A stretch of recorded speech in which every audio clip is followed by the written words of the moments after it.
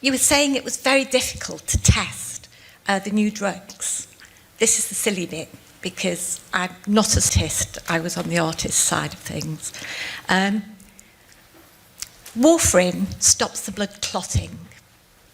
When the mutation starts to happen, does it still happen when you're taking warfarin? It just so happens that the warfarin stops the mutation so the blood doesn't clot.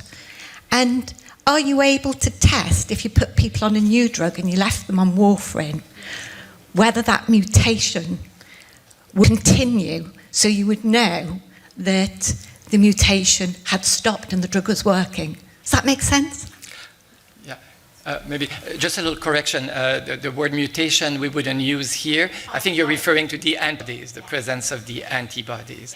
And so I think what we understand from Anisir's presentation is that what the warfarin does, it treats the aftermath or the effects of the antibodies. It doesn't stop the production of the antibody. So if we were to measure some antibodies that we can measure while you're on warfarin, usually the titers will still be very high. The risk is still there. It's controlled by the warfarin. Now, there are drugs that have been mentioned, like the drugs that stops the production of antibodies that could be interesting to study, but they have not proven that they stop necessarily the clotting.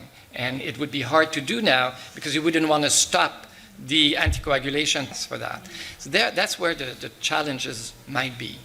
And if I could give you a metaphor, I want you to imagine a room where there's a loose electrical connection, there's an electrical fault which is always starting fires. It's starting fires all the time. Warfarin is like having the sprinkler system on the whole time.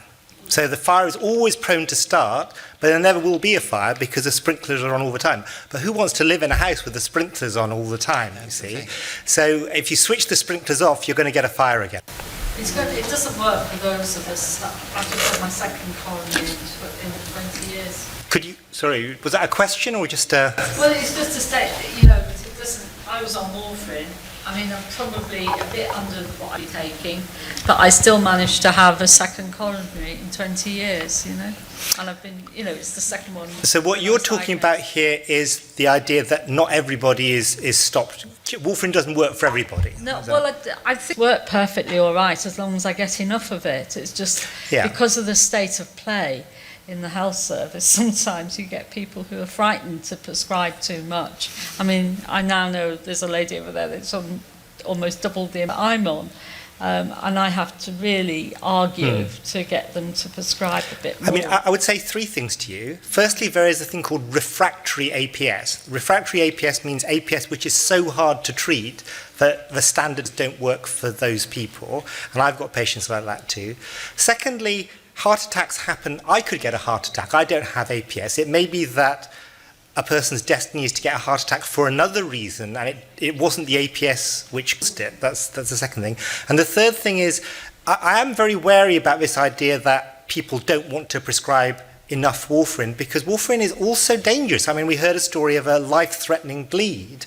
So being on too much warfarin is also bad. It's not necessarily true that being on high doses of warfarin is the right thing. I'm absolutely in agreement, but I also think that in certain situations, my biggest risk is clotting.